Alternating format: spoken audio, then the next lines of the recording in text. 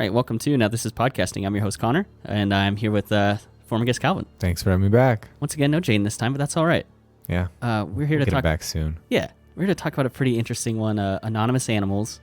This had a kind of a weird release. I think it originally came out in like film festivals and stuff in like 2020. Mm-hmm. And then it had not a big release in theaters. Like I think I was trying to get tickets to it, and I couldn't find them anywhere.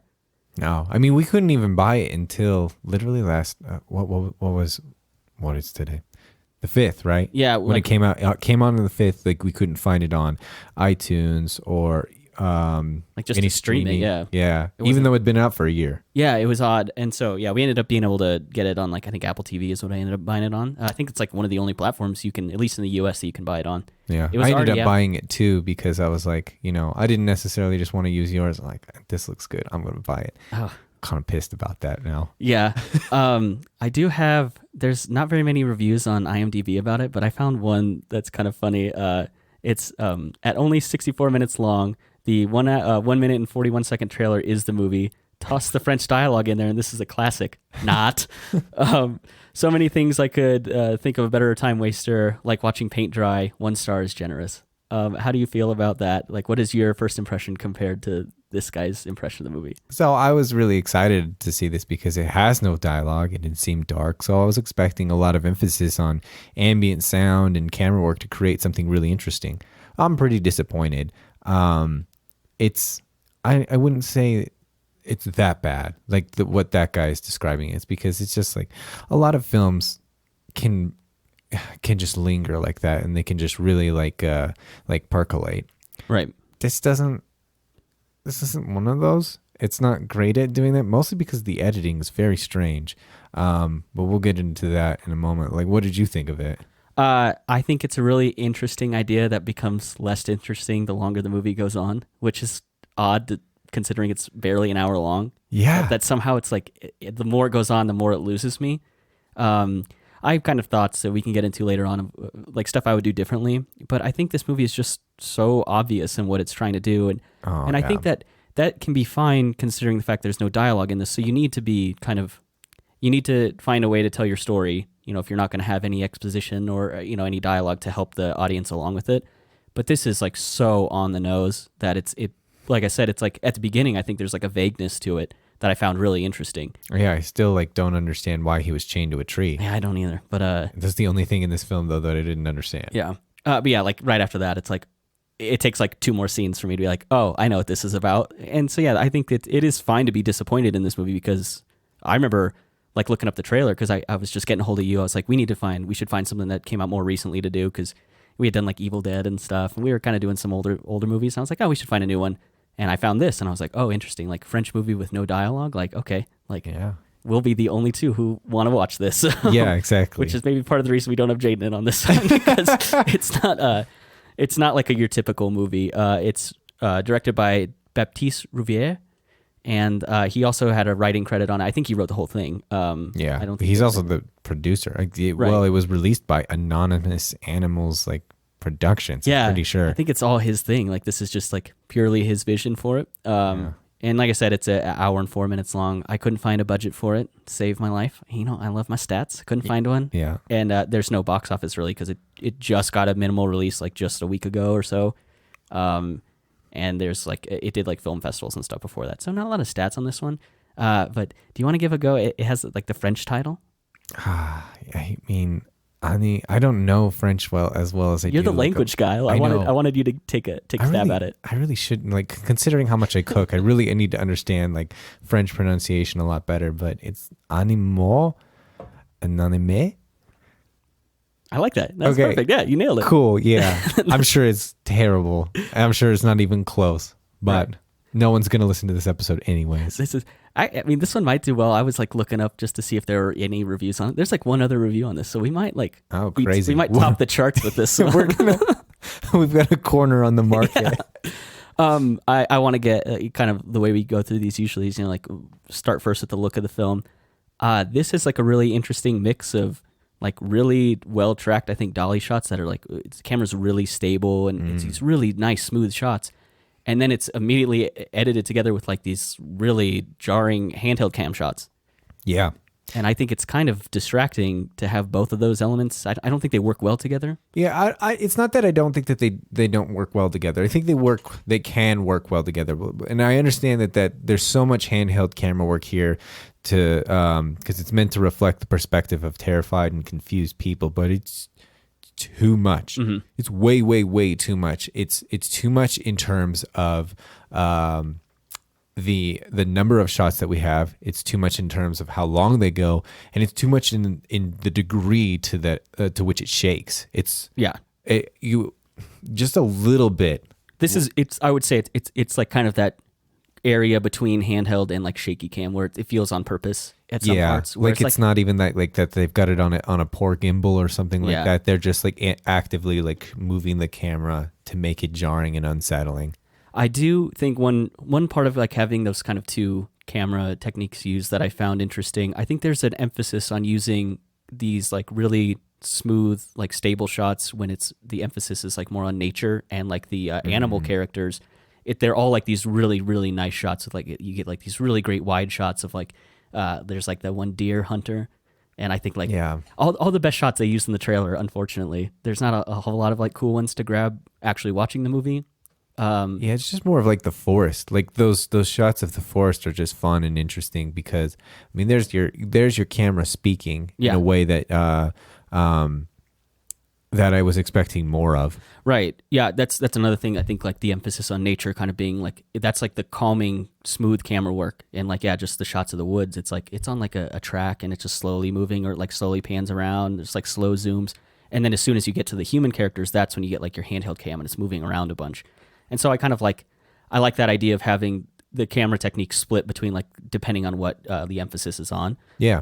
So while I said I don't think they work well together just because I think the editing between them isn't very smooth, I do like the idea of like each kind of like character group having its own camera technique for it. I think that's interesting and that's a cool like directorial idea. Yeah, absolutely. Put into it.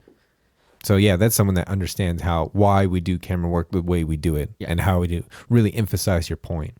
I just even like the little quick shots of the animals where it's like there's like the bull and he's eating and it's like a really slow like tracking shot and like that there's I think one of my favorites is that the horse is just like having a cigarette and it's just a slow shot. Like I really like that it'll go from kind of having I guess what you would say like the narrative plot points that move the story along and then it'll have cut into it just kind of like mundane like little scenes and I like that stuff a lot. I thought that worked really well.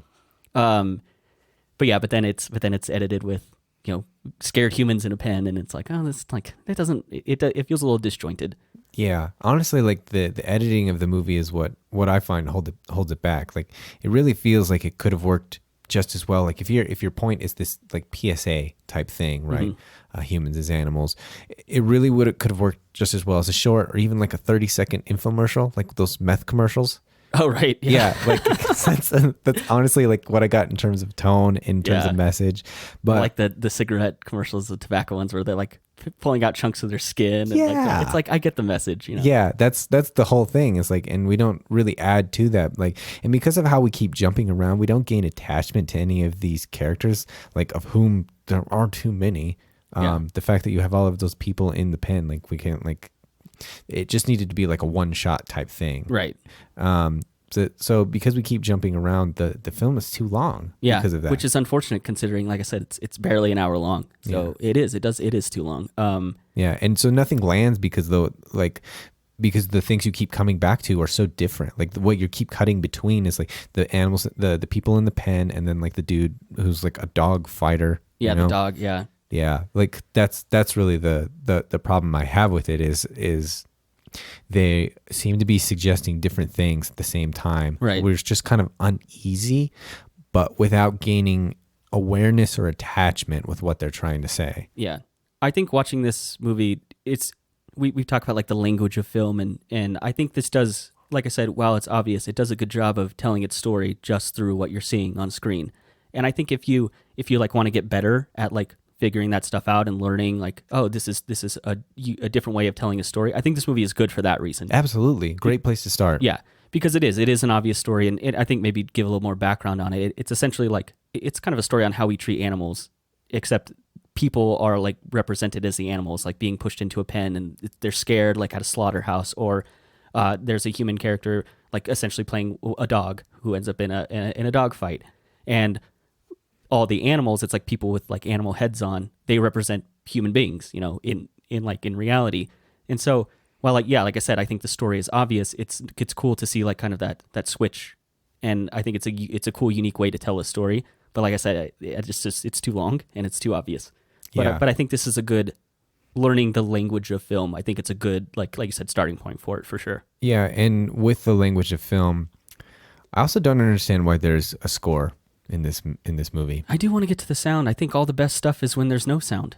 Yeah, like, well, no score, not yeah, no sound. Like all the best stuff is like when they're in the vehicles, and it's like so creepy. Like all the human characters are like scared, and all you hear is like a diesel motor going, and they're just driving somewhere, and you don't really know what's going on, and it gives like this real unease to it. Yeah, I think that's great. All the best stuff is like I think like the ambient sound. Oh yeah, exactly. The ambient sounds say everything, like the clinking of the chains, the rustling of branches, the whirring of the saws, that disgusting squelching sound. Yeah. Like all of it. It's all you need. Like music here creates drama, but this is just a sick reality that doesn't have any emotion. Like this is just the state of things, and removing the music would really emphasize this bleak nihilism of the film's message. Yeah, I think it has too many of those like horror stingers in it, you know, where it's like that, just that sharp sound right away. And it's like, you've already set the mood. Like, you don't need to tell me when to be scared, you know? Like, I don't like that stuff in movies at all. Like, yeah, I don't like being in the horror force-fed. genre. I hate it. Yeah, I think it's in all genres of film, but yeah, in horror especially, it does feel like it's even more heavy-handed. Yeah. So yeah, I agree with you. I don't know. I don't think there needed to be a score to this. I think you're totally right.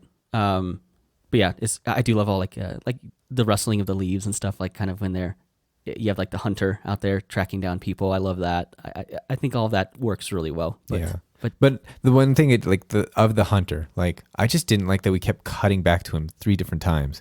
I did not understand the purpose of showing him in the beginning, then in the middle, and then at the end. It made no sense for the message, for the purpose of this film. yeah, I don't really get it either. Besides that, it looks really cool. They're like, We need to end this film more. yeah. I do want to talk about. I mean, this movie is basically it's about how we treat animals. You know, like you have the humans in the back of a truck being, I think, like sent to like a slaughterhouse, and like they're scared to get out of the truck, and you have like the bull come in and kind of shoo them out and everything. And I think like it does a good job. I mean, it's conveying kind of what the story is. You know, like this is how we treat animals. But when you put like humans in that position, I think you have like a different sense of sympathy for it. Where it's like, oh, we think of them as like it's just livestock, it's just food. But then to like have it represented as human beings, it's like it gives a different perspective on it, which I think is the message here. Yeah. And I also wonder, like, what I think that the most interesting question here is, like, obviously the film posits that if we weren't the most cognitively advanced species, we would be hunted for food and game. And when we look at humans being treated the same way, then suddenly we have sympathy. We think, like, oh, that's gross and wrong. So I agree with what it's saying, but then you get the moral quandary of cultivating a system of empathy that extends to all creatures, while at the same time satisfying our biological needs for food. Like both of these impulses, nutrition and community, are biological drivers that shape how organisms interact with the environment. So it's not like one necessarily needs to be above the other, you know, when we talk about humans and the world that we create, but they're both so they're both important with that regard. So the question then becomes, is this film saying that the system is more cruel than it needs to be, or is it saying that treating all life as anything less than human is wrong? So that's what I wish they had emphasized more on. Is it just there's a humane way of doing this, or is it just pure veganism? Right. I think I have a note that is like, this movie is a activist vegan's wet dream as far as its message. I think it hit the nail on the head for that audience. But I do agree. I think it's like I like to think of it more as like the style that we do it in, the way we treat animals and like livestock and like these huge farms is not great. And so I like the idea of like having a bunch of scared people to really drive that home. Be like, this is probably how animals feel, like terrified. Mm-hmm. So, and then I also want to talk, because it's kind of like you have kind of the view of like the livestock. And then you have the view, kind of your other plot, which is following the human character who's essentially like a dog. Mm-hmm. He gets rescued by a dog. And I actually thought this was going to have a kind of a different tone or like turn in the story, where he's like being cared for. He gets fed, his wounds are cleaned, and I was like, okay, this is kind of neat. I thought it was going to kind of tell a story of, we view like livestock, we think of them like, oh, dinner, but then like another animal, like a dog, we're like, oh, pet, we need to care for this. Like this is going to be a part of our home, a part of our family, but they're all represented by humans. And so I thought it was going to be a kind of a story about how we treat some animals differently than we treat other animals. Like some of them are valued totally differently. And so I thought that's what the story was going to be about. But then they immediately put the guy into like a dog fight. And I was like, okay, it's just more about how we treat animals badly. Yeah. I would have liked the story a lot more, I think, if it showed like kind of the juxtaposed nature of like, why do we treat dogs so nicely, but then like we treat livestock like crap? You know, it's like there should still be like intrinsic value to every form of life, that they still, even if we're going to raise them to be eaten, there should be some quality of life there, you know? Yeah, I absolutely agree. I didn't even think of that about that because, like, I mean, I kind of thought that, like, oh, he's taking care of the dog, like, or the man, but like the whole time it was still like he had him on the chain, he had him locked up in a storehouse. It was all like through everything, it was very creepy still. So so I wasn't sure if we were emphasizing the fact that this person is still scared. But because of that, I also never felt like we were going to turn a corner and be like, start treating him nice and like how this was different than how we were treating livestock. So then when it ultimately did become the dog fight, or when he talked to the horse, honestly, when he talked to the horse, then I realized, okay, yeah, for sure, this guy is just going to do something messed up with him. Yeah. So yeah, I guess I had that thought for a moment, and I really, I wish they had created a little more nuance around this film, that just like and like if you're gonna do like this slow burn, it works better if you follow one character, because it's just this existential crisis for this thing that's confused and scared and hurt. But when you keep jumping back between them, it's really more about like I was saying, like bleak nihilism, right? Like in general, but it's not as strong. That's why, like the way it was put together, the way it's edited, that's why I really thought it was going to be a story of like two different, like the two different styles and the two different ways we treat different animals. That's why the reason it went back and forth. And then when it ends up kind of becoming the same thing in the end, like we treat dogs bad as well. I was like, man, like you said, nuanced. There could have been a more nuanced story there. That's one thing I would change. I think that would have been, I mean, you can still get the point across about, you know, poor treatment of livestock and everything. And I think that would drive home even more if you have one animal that's treating better, purely because like in society, we've just decided that dogs are cute and fun and we like them. And then cattle are good to eat, so we treat them differently. I like that idea better, but I didn't direct this, and so it's fine. Yeah. Okay, so one question I did have for you, because when I watched the trailer, I thought that there was going to be CGI, and they're all just puppet heads. Yeah. I wanted to know, obviously, you and your costumes. I do have a note about that. Okay, I want to hear, because I don't really have a lot of thought on it, other than like the way they shot it. Obviously, is to emphasize to not emphasize the weird fake nature of it. You know, the ram looks kind of weird, like especially its eyes, because it's lit in a way that really highlights a lot of its features and just very much a mask. But I wanted to know what your thoughts on all of that was. I'm glad you brought up the costumes. First of all, I think the deer one is the best one. I think that's probably what the majority of the budget went to, because it's the best looking one. And yeah, I agree with you. I thought it was going to be CGI stuff because the dog's barking. Yeah. I think it works really well because they're smart about how they go about filming it. It's the camera's moving a bit, which that's a point where I think the handheld cam works. And it's edited in a way that like you don't get enough time to really concentrate on the masks to realize that they're maybe not that good. Also, the dog's head being so black, like when he first approaches the man chained up on the tree, that's actually a really that camera doesn't move much at all, but it's so dark and so underexposed that we don't see how goofy it is. I honestly thought he was wearing a hood the whole time. Like I said, like I think it's for probably the first 40 minutes of the movie, I think they do a good job of like being clever about how they film them, kind of knowing that maybe these aren't like the best masks we have. Like the shots of the horse are from his back, and you just hear him like with the saw and stuff. Like I think there's a lot of clever camera work to hide the fact that these maybe aren't great. And the reason I think they aren't great is because then you get to the dog fight scene, and that's when like the masks are too well lit, and you spend too much time looking at them to like take them seriously anymore. That's when like that whole aesthetic fell apart for me, because it was totally working for me the whole movie. I was like, I like this idea a lot. Like I said, this movie is really interesting to start, and it becomes less interesting as it goes on. And that's one part where I was like, okay, that aesthetic is falling apart for me. It doesn't work well. I'm seeing too much of a pug mask that doesn't look good. So I think if they, like I said, I think one thing that makes this movie so much better is if you keep it more vague and more mysterious. And part of doing that would be to continue doing what they did to start the movie, to like not put too much emphasis on the masks and just more of like the actions, I think is what makes those like the animal characters better. Yeah. But yeah, I liked the costumes and stuff at first, and I was like, oh, okay, you're losing me here. Yeah. And yeah, so what you mean, like how it started, like that whole scene of him being chained to the tree is fantastic. Yeah, It's I got wonderful. seriously like Saw hostile vibes from that. Like, Yeah. like kind of like the helplessness of and you're just thrown into the story. You have no context for it, and so you're immediately like, I think you identify with that character. Like it's easy to be frightened along with him because you're like, I don't know what's going on. The same way he doesn't seem to know what's going on. Yeah. Why is his back messed up? Why is it a tree by the side of the road? Yeah. Who's in the car? Why is he Yeah. interested and then scared of it? Yeah.